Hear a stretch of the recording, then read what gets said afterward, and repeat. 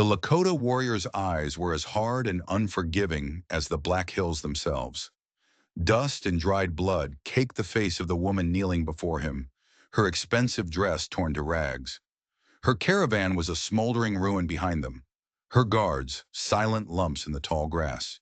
She'd fought like a cornered cat, but now with the cold tip of his knife against her throat, the fight was gone. Her voice, though raspy, was clear and steady, a final command in a life full of them. "Just kill me fast," she said. He didn't answer.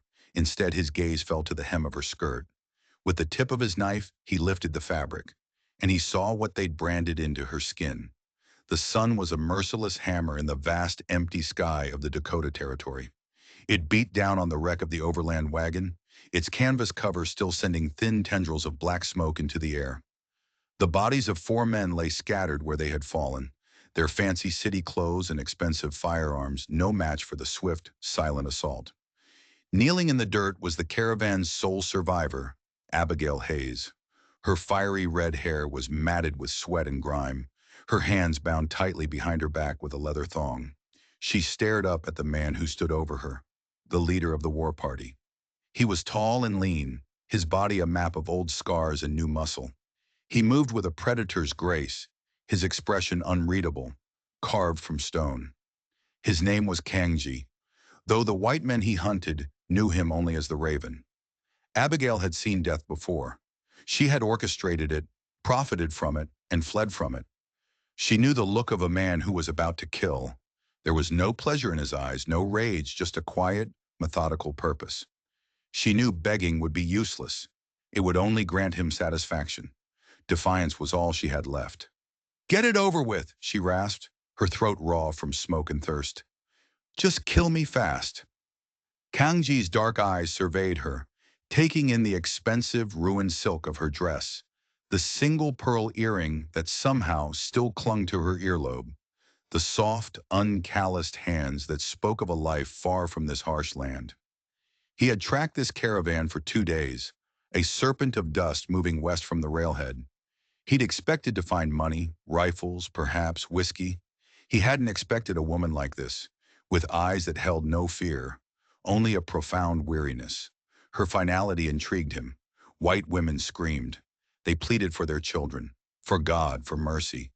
This one invited the blade. It was the request of someone whose life was a heavier burden than her death. His gaze dropped.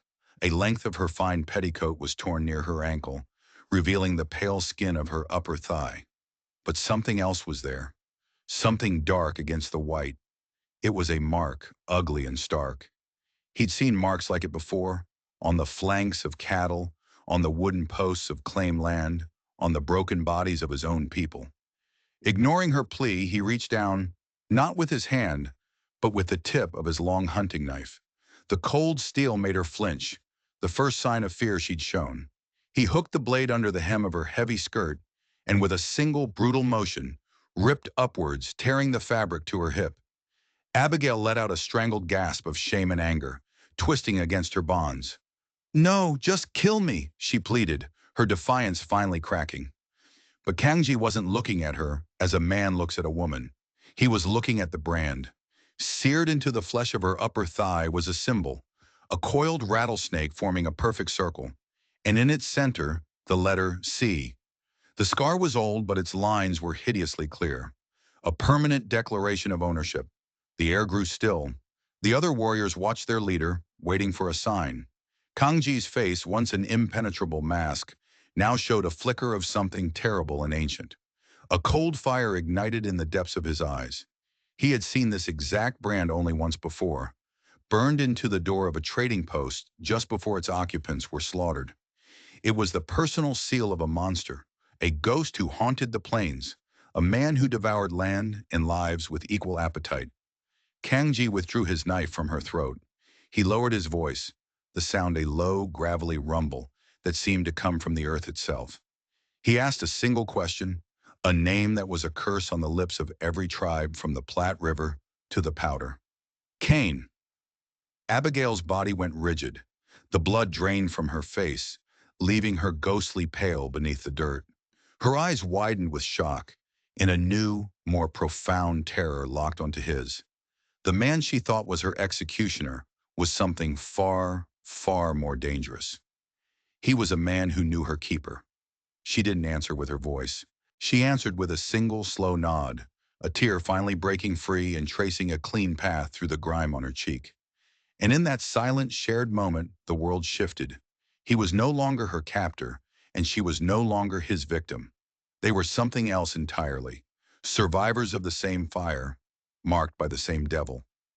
The shared name hung in the oppressive heat between them, an invisible chain that bound them more securely than any rope.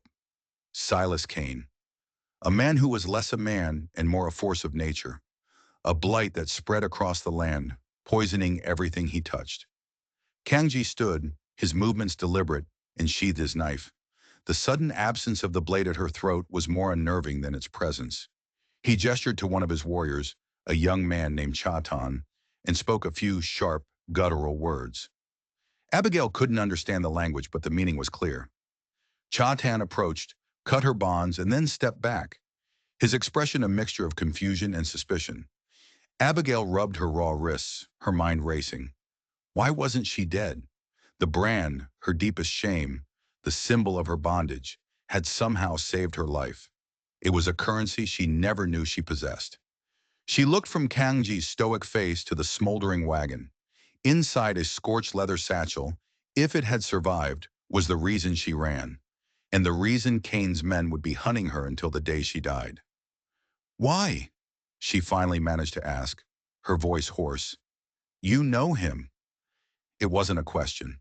Kangji turned his gaze toward the western horizon, where the plains shimmered in the heat.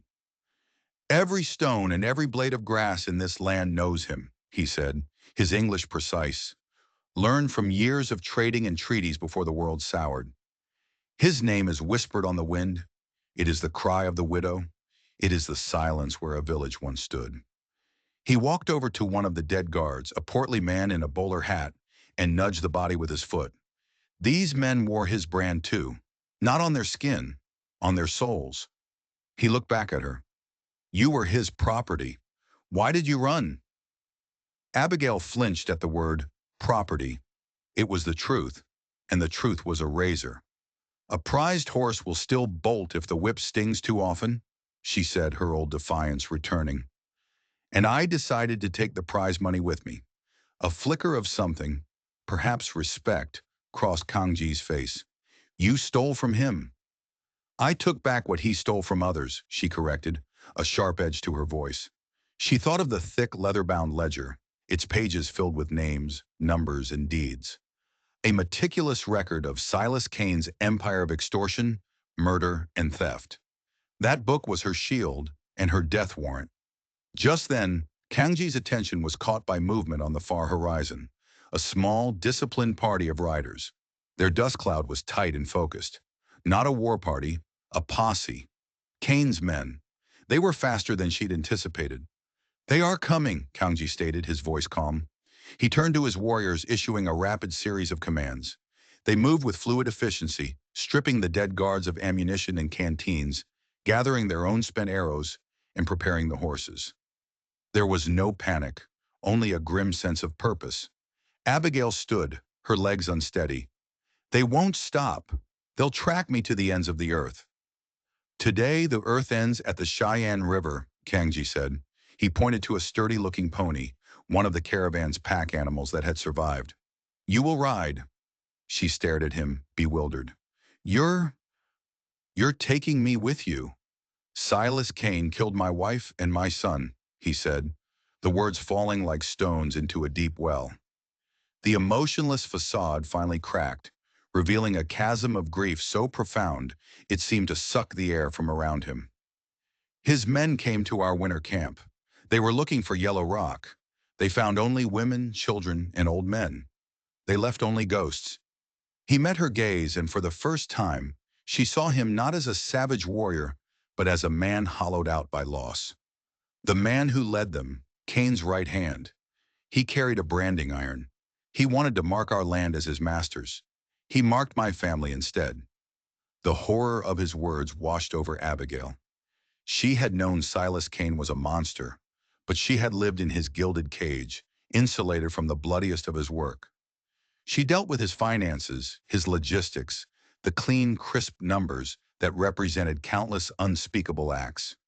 She had been the architect of the engine, even if she never personally stoked the fire. "The foreman," she whispered, her blood running cold. "A man named Samuel Baxter, a thick neck and a scar across his nose." Kangji's eyes narrowed into slits. "You know him?" "He was Kane's enforcer," she confirmed, her stomach churning. "He oversees acquisitions." A silent understanding passed between them.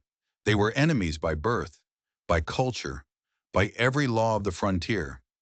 But Silas Kane had made them something more. He had made them kin in their hatred. The brand on her leg was a mark of shame, but it was also a map. And Kangji, the raven, knew how to read it. He strode over to her and looked down, not at her, but at the brand. "That mark is your death sentence," he said, "but it may also be your salvation, and mine. Kane wants what you stole. His dog Baxter will lead the hunt. They will follow your trail." He looked up, his eyes locking with hers. "And we will leave them a trail to follow, but it will not lead to you. It will lead to him."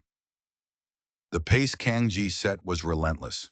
They rode north, away from the established westward trails, into the broken, rugged heart of the country. The land was a maze of dry canyons, sharp-edged buttes, and seas of whispering grass that hid rattlesnakes and rocky pitfalls.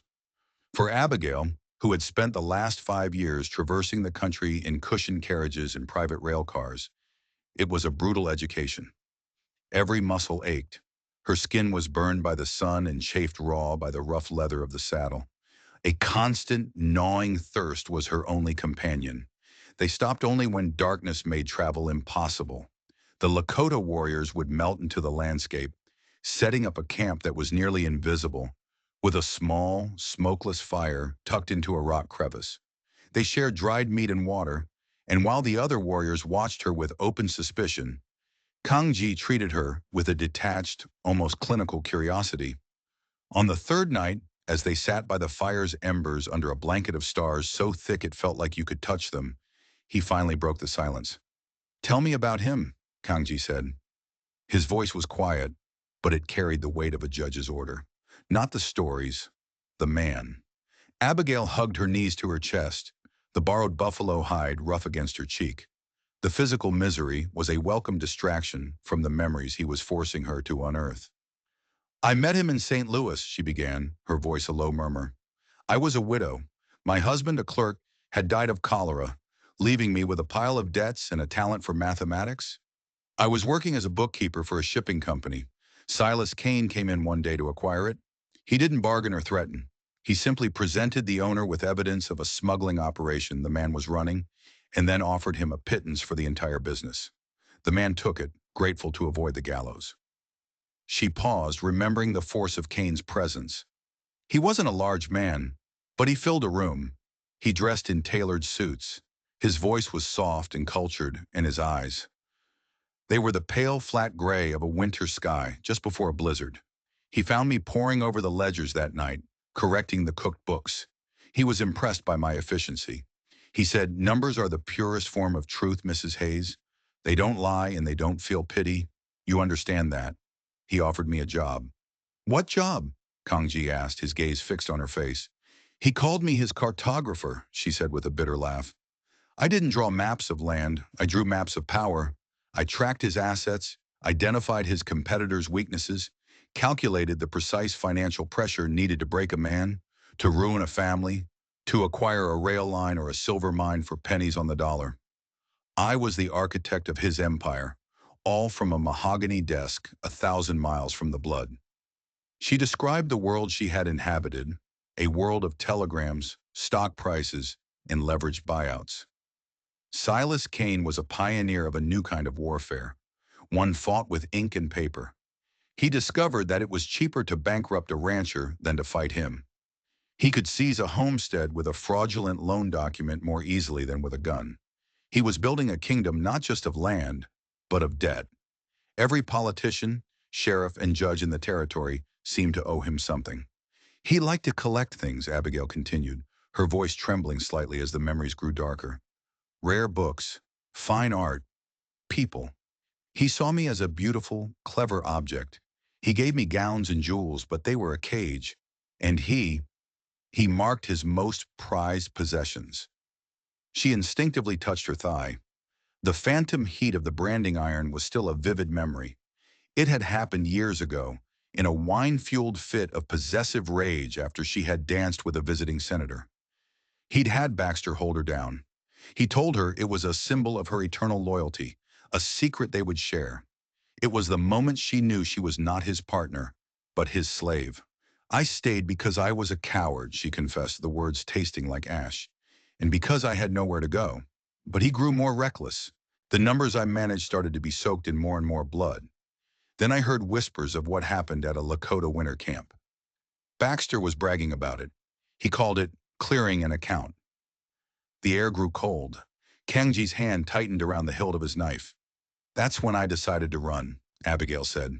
But I couldn't leave empty-handed. For 3 years, I kept a secret ledger. My own set of books.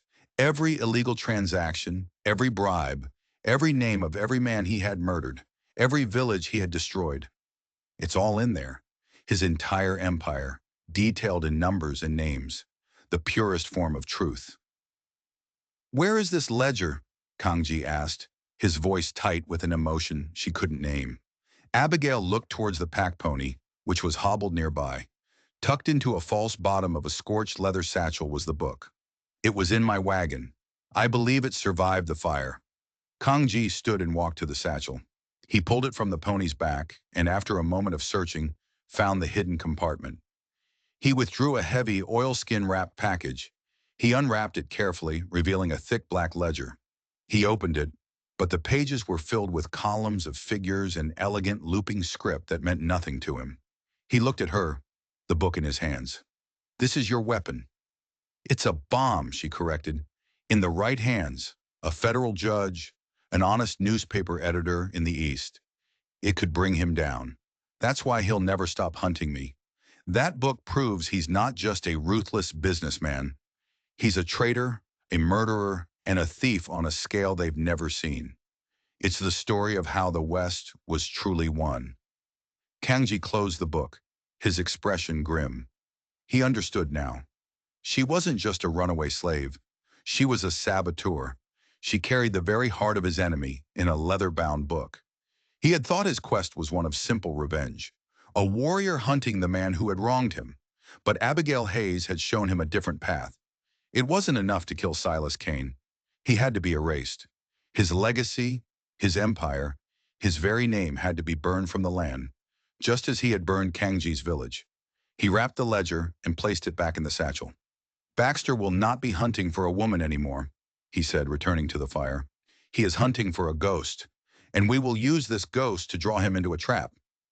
He looked at her, his eyes holding a new steely resolve. You were Kane's cartographer. Now you will draw a new map, a map that leads his dog, Baxter, to his grave. The days that followed forged a strange and silent pact between them. Kangji taught Abigail the brutal necessities of survival.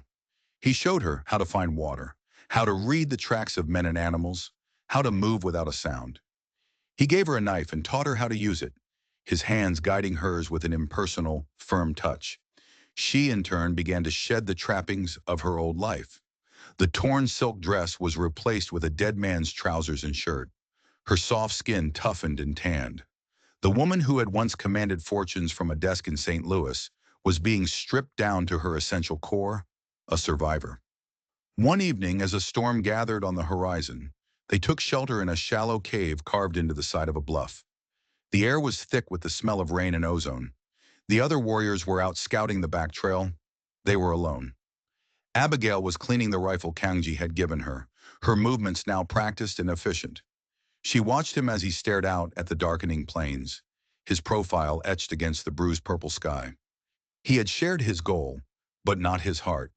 He remained an enigma, a man driven by a wound she could only imagine. You said he killed your wife and son, she said softly, breaking the long silence. What were their names? Kangji did not turn. For a long moment, she thought he wouldn't answer. When he finally spoke, his voice was rough with unshed grief. His name was Mapia Ska. It means white cloud. He was small, but his heart was big. He was learning to hunt. He had just fashioned his first real bow. He paused, his throat working. Her name was Wawichaka. It means truthful. She, she saw the world not as it was, but as it should be. She believed there could be peace. He fell silent again, lost in a past that was more real to him than the stone cave around them. Abigail waited, knowing this was a sacred space. A door opened just a crack. Baxter and his men came at dawn, in the moon of the popping trees. Kangji continued, the memories pouring out of him now. It was cold. Most of our warriors were on a winter hunt far to the south. Kane had put a bounty on wolf pelts, a clever way to draw the hunters away from the villages he wanted to survey. We learned that later. He turned to look at her, and in the dim light she saw the raw agony in his eyes. They were not soldiers. They were prospectors and railroad men, armed with repeating rifles and whiskey courage. They said our camp was on land granted to the Northern Dominion Railroad by presidential decree.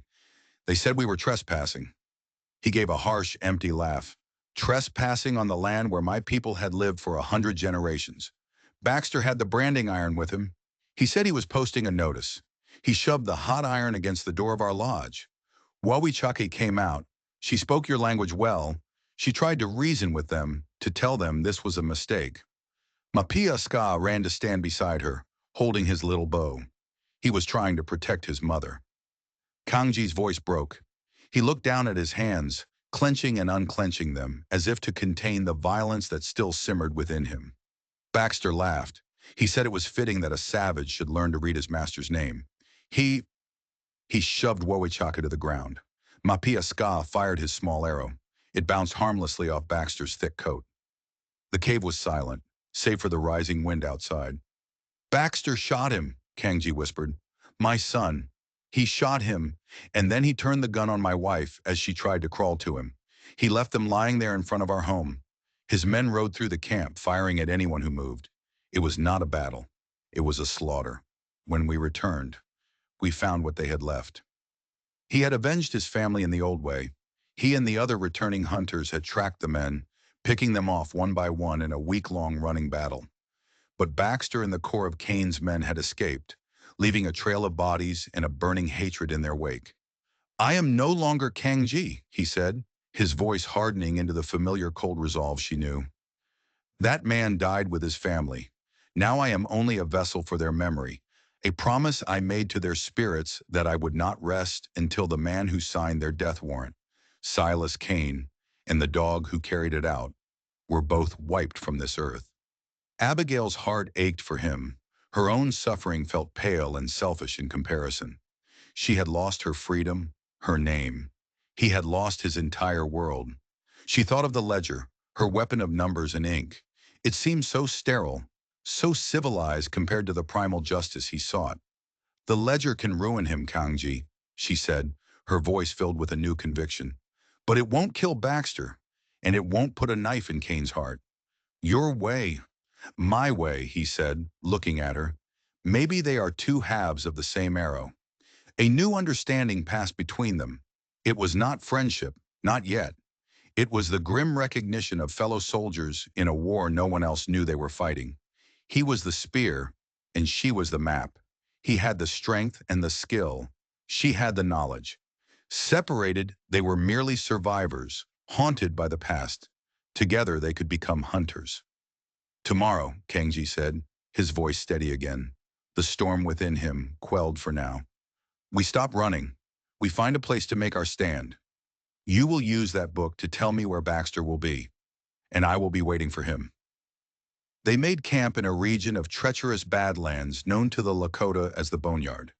It was a fortress of jagged spires and deep-shadowed ravines where an army could get lost, but a small, skilled party could command the terrain. It was here they would lay their trap. Abigail, Kangji, and his two most trusted warriors, Chatan and the older, grizzled Wombly, gathered around a low fire. Abigail had the ledger open on her lap, its pages illuminated by the flickering light. For the first time, she was not just a passenger in their flight, but an active commander. Kane isn't just a land grabber, she explained, her finger tracing a line of script. He's a logistician. His entire operation depends on a constant flow of supplies west and a flow of gold, timber, and furs east. He controls the arteries. We can't attack his heart, his fortress back east, but we can cut one of those arteries. She pointed to a name. Black Creek Supply Depot. Here, she said. It's a new depot, not even on most maps yet. It's strategically placed to funnel supplies to his new mining operations in the Western Hills. According to these records, a massive payroll is due to arrive in 2 days' time. It's delivered by a small, heavily armed crew. They use the old trapper's trail through the gorge, right here. She looked up at Kangji. It's not just money, it's gold specie, hard currency to pay his enforcers and bribe the territorial officials. Losing it would cause chaos in his operations. It would be a major blow. He will send men to recover it, Kangji said, his eyes gleaming with understanding. He won't just send men, Abigail corrected. A failure of this magnitude, a direct hit on his wallet. He'll send his best. He'll send the man he trusts to fix problems and punish the guilty. Baxter, Kangji finished, the name a low growl. The plan was simple in its design and brutal in its potential execution. They were not a large enough force to take the payroll wagon head on. They would have to be smarter. Kangji and his warriors would create a rock slide, blocking the narrowest part of the gorge. While the guards were distracted, Abigail, using her knowledge of Kane's security protocols, would approach. They'll be jumpy, she said, her own nerves beginning to fray at the thought. But they'll recognize me. They'll be confused, but they won't shoot on sight.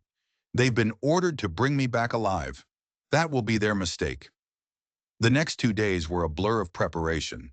Kangji and his men worked with a silent, terrifying efficiency, loosening boulders high up on the gorge wall, creating a deadfall trap held in place by a few keystones. Abigail studied the terrain, memorizing every rock and shadow, her mind playing out a dozen different ways the plan could go wrong. A strange camaraderie settled over their small group. Chatan, who had once looked at her with contempt, now showed her a grudging respect. He saw that her mind could be as sharp as any blade.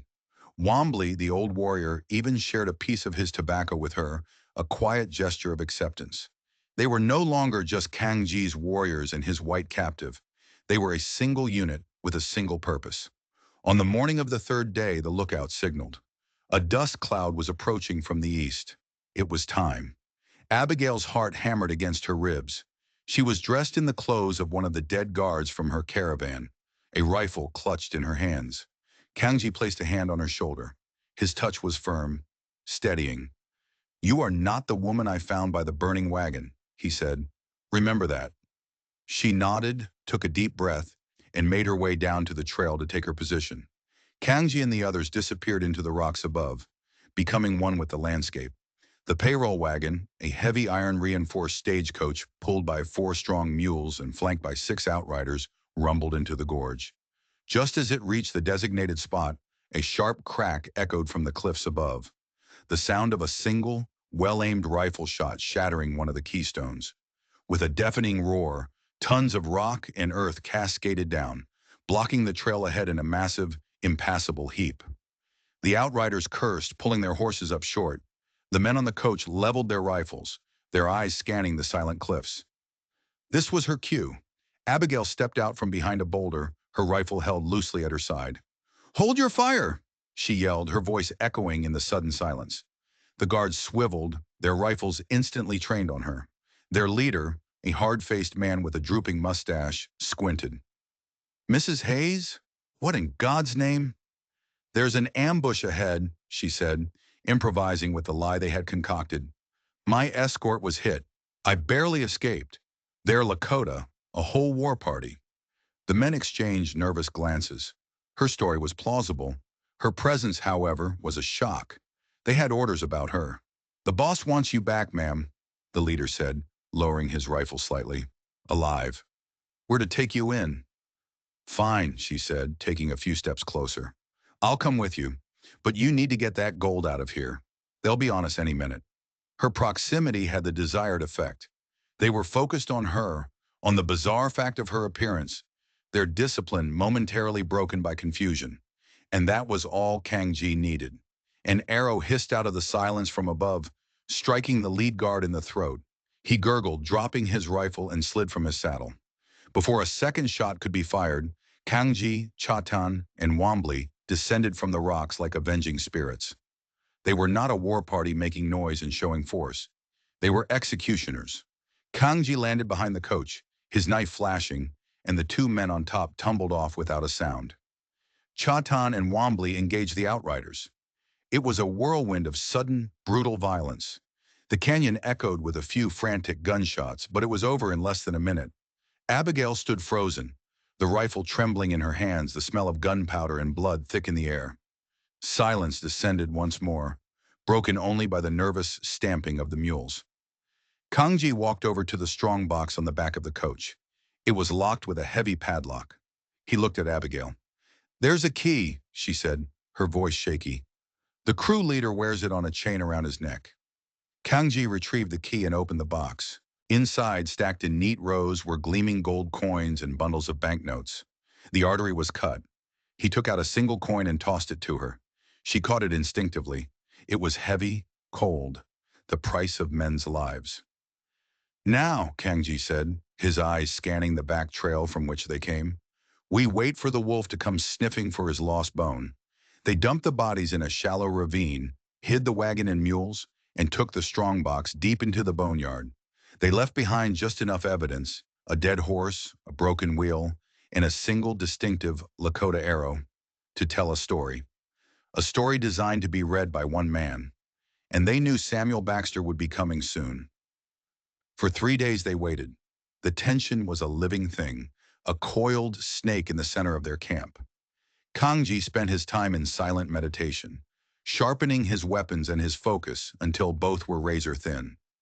Abigail found herself poring over the ledger, not for strategy, but for a deeper understanding of the evil they were fighting.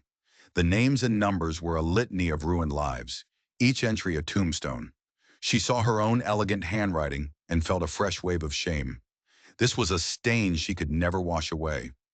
But she could, perhaps, cauterize the wound. On the 4th day, Chatan returned from his scouting mission. "He comes," he reported, his voice tight with anticipation. 10 riders. He leads them himself. Samuel Baxter. The name settled over the camp like a shroud. Kangji's knuckles were white where he gripped his rifle. This was not about gold or strategy anymore. This was personal. Their trap was laid in a place Kangji called the Spider's Parlor, a narrow, winding canyon that opened into a small, box-like basin. There were numerous escape routes for those who knew them, but for intruders, it was a killing floor. Abigail's role was the most dangerous. She would be the bait. She was positioned near the entrance to the basin, slumped against a rock as if wounded, the empty strongbox beside her. Kangji and his men were hidden in the rocks above, arrows nocked, rifles aimed. The plan was for Baxter to see her and the box, to let his greed and his orders override his caution. He wanted her alive, and he wanted his master's gold. He would have to come into the basin to get them. The sound of hoofbeats arrived first, echoing off the canyon walls. Soon the party of riders appeared, moving cautiously. At their head was a man who was exactly as Abigail remembered him. Broad-shouldered, with a thick neck and a face that looked like it had been chiseled from granite. A deep, ugly scar cut across the bridge of his nose. Samuel Baxter rode with the easy arrogance of a man who believed himself to be the apex predator in any environment. He saw her. His hand went up, halting his men. He dismounted, his rifle held ready, and approached on foot, his men fanning out behind him. "Well, well," Baxter's voice boomed, a gravelly sound that scraped at Abigail's nerves. "Look what the cat dragged in, or what the savages left behind.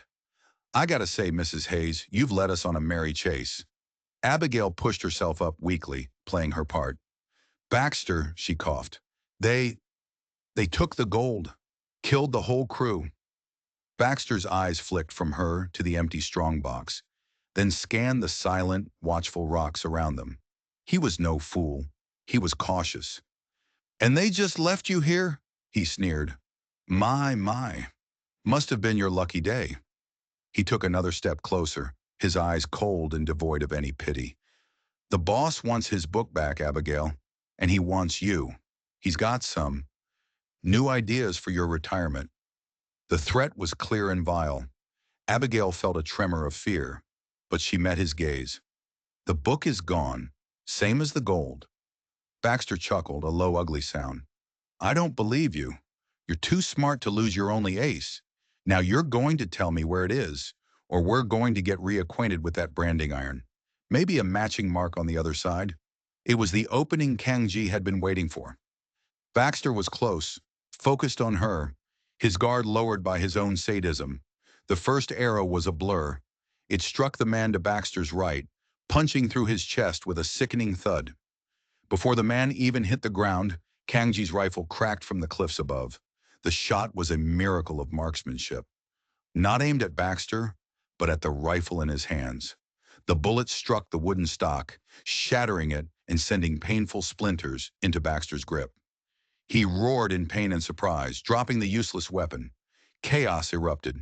Cha-Tan and Wombly opened fire from their positions, their shots picking off Baxter's men with deadly precision. The basin became a maelstrom of ricocheting bullets, panicked shouts, and the high, thin scream of wounded horses. Baxter, reacting with pure animal instinct, dove behind a rock, drawing his pistol. He was pinned down, his men falling around him.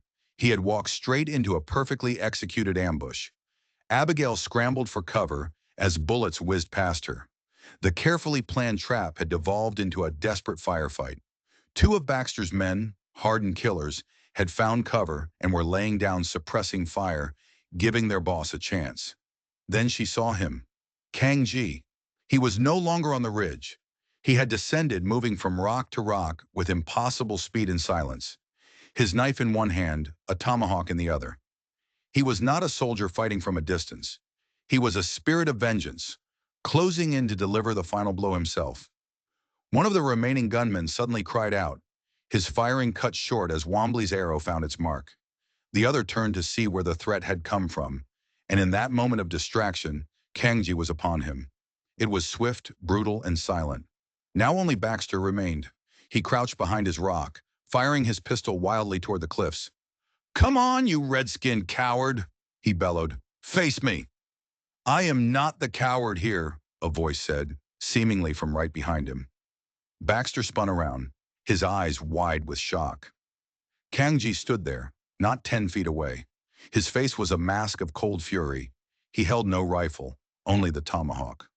"You," Baxter breathed, recognizing the face from wanted posters. "The man they call the Raven, the one from the winter camp. You remember the faces of the women and children you murder?" Kangji asked, his voice dangerously soft. "I remember a whelp with a toy bow," Baxter sneered, raising his pistol. But Kangji was already moving.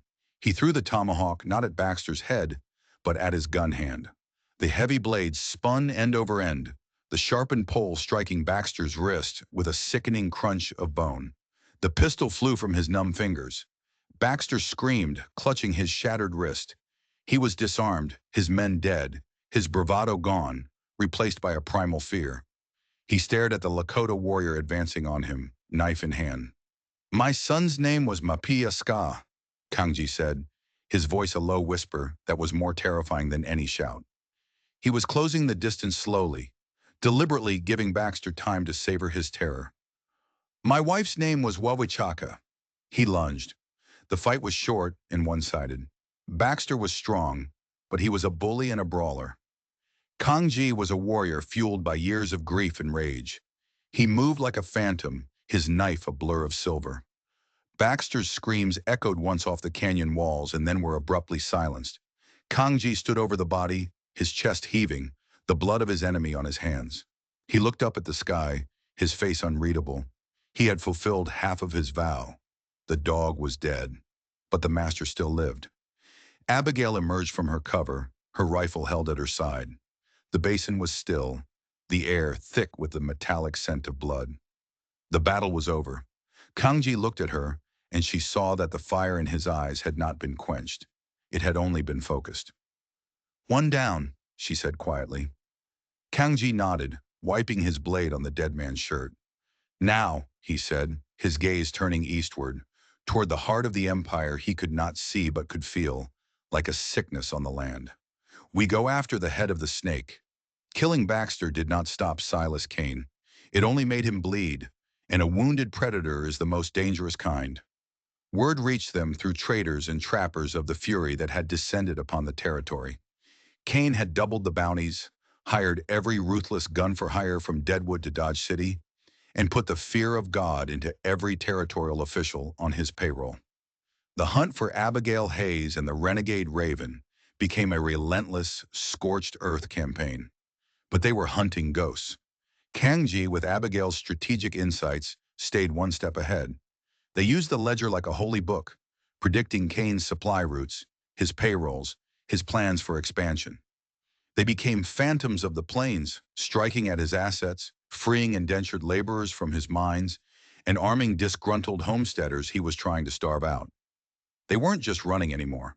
They were waging a guerrilla war. They were turning Kane's empire against itself, using his own methods, fear and economic disruption, against him. Their names became whispers of legend. To the settlers and natives being crushed under Kane's heel, they were symbols of hope. To Kane's men, they were specters of death. During this time, the bond between Abigail and Kangji deepened into something more profound than a simple alliance. They were two halves of a whole, each providing what the other lacked. In the quiet moments around the campfire, she would read to him from the books she'd salvaged. Not the ledger, but novels by Dickens and Twain. And he, in turn, would tell her the stories of his people, the legends of the stars and the spirits of the land. She found in his culture a peace and a connection to the world she had never known. He saw in her a brilliant mind and a spirit that had refused to be broken, a resilience that mirrored his own. After months of this shadow war, Abigail saw the pattern. "We're hurting him," she said one night, tracing lines on a crude map she'd drawn in the dirt. "We're costing him a fortune, but we're just trimming the branches. He'll always grow new ones. We need to strike at the root." The root was a new town. Kane was building a place he'd arrogantly named Kane's Folly. It was to be the capital of his Western Empire, built around a new, immensely profitable silver mine. It was heavily fortified, home to his private army of mercenaries, and according to a frantic series of telegrams detailed in the ledger, Silas Kane himself was coming to oversee the first major silver shipment. "He's coming west," Abigail whispered, a thrill of fear and anticipation running through her. "He's coming out of his palace in St. Louis and into our world." "He feels safe there," Kangji observed, "surrounded by his paid killers." "That's his weakness," Abigail countered, her eyes alight with a daring plan. "He believes his fortress is impenetrable. He believes his power is absolute. We're not going to attack the town. We're going to walk right in through the front gate." The plan was audacious, bordering on suicidal. Kane's Folly was celebrating its founding, a grand affair to impress investors and intimidate rivals. Kane would be there, presiding over it all. Abigail, using her knowledge of his business dealings, forged a letter of introduction for a Mr. Stone, a representative of a powerful East Coast banking firm interested in the silver mine. Kang Ji, who could be stoic and imposing, would be Mr. Stone. Abigail, disguised as a demure secretary, would be his assistant. Chatan and Wombly would be their hired muscle, dressed as unassuming wranglers. It was a breathtaking gamble. They traded their buckskins and rifles for tailored suits and bowler hats, bought in a dusty rail town. Abigail cut and dyed her distinctive red hair a mousy brown. When she looked in the mirror, a stranger looked back. When she saw Kangji in a stiff collar and suit, she saw not a Lakota warrior, but an iron-willed titan of industry, the very kind of man they were fighting. The disguise was terrifyingly perfect. They arrived in Kane's Folly on the day of the celebration. The town was a raw, ugly scar on the landscape, but it was brimming with false gaiety. Banners flew, a brass band played off-key, and the streets were filled with overdressed investors and hard-eyed gunmen. Their forged letter worked like a charm. The name of the East Coast Bank opened every door. They were granted a meeting with Silas Kane himself in his private office above the new assay building just before the grand ceremony. Walking up those stairs, Abigail's blood ran cold. She was returning to the source of her nightmares. Kangji's hand rested on the concealed pistol tucked into his waistcoat. his calm a stark contrast to her own inner turmoil. They were shown into a lavishly appointed office, and there he was, Silas Kane. He was older than she remembered, thinner, but his eyes were the same, the flat, lifeless gray of a shark. He rose from behind his massive oak desk, a predatory smile on his face that didn't reach his eyes. "Mr. Stone, a pleasure," Kane said, extending a hand to Kangji. "I trust your journey was acceptable." Kangji took his hand, his grip firm. "It was illuminating, Mr. Kane. You've carved quite an empire for yourself out of the wilderness." Kane's smile widened.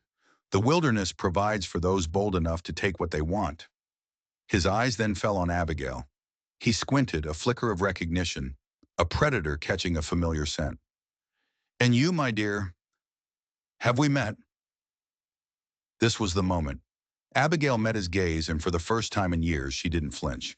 She reached up and pulled off the wig, letting her newly cut, but still recognizably red, hair fall free. "You marked me as your property, Silas," she said, her voice shaking but clear. "Did you really think I'd forget my owner?" Kane's face went through a rapid series of transformations. Shock, confusion, and then a deep, seething rage. His hand darted for a pistol in his desk drawer. He never made it. Kangji moved with a speed that was utterly inhuman for a man in a suit. He vaulted over the desk, seizing Kane's wrist and slamming it down, shattering the bone. Kane howled in pain. At the same moment, Chatan and Wambly, standing guard outside, dealt silently with Kane's personal bodyguards. Kangji pressed the barrel of his pistol to Kane's temple. "This meeting is not about banking," he said, his voice dropping back into the cold, deadly tone of the raven. "The ledger," Abigail said, placing the heavy book on the desk in front of Kane's contorted face. "It's over. I've sent copies to 3 different newspapers and a federal marshal in Chicago. They're set to be delivered tomorrow morning. By the end of the week, your empire will be a feast for vultures."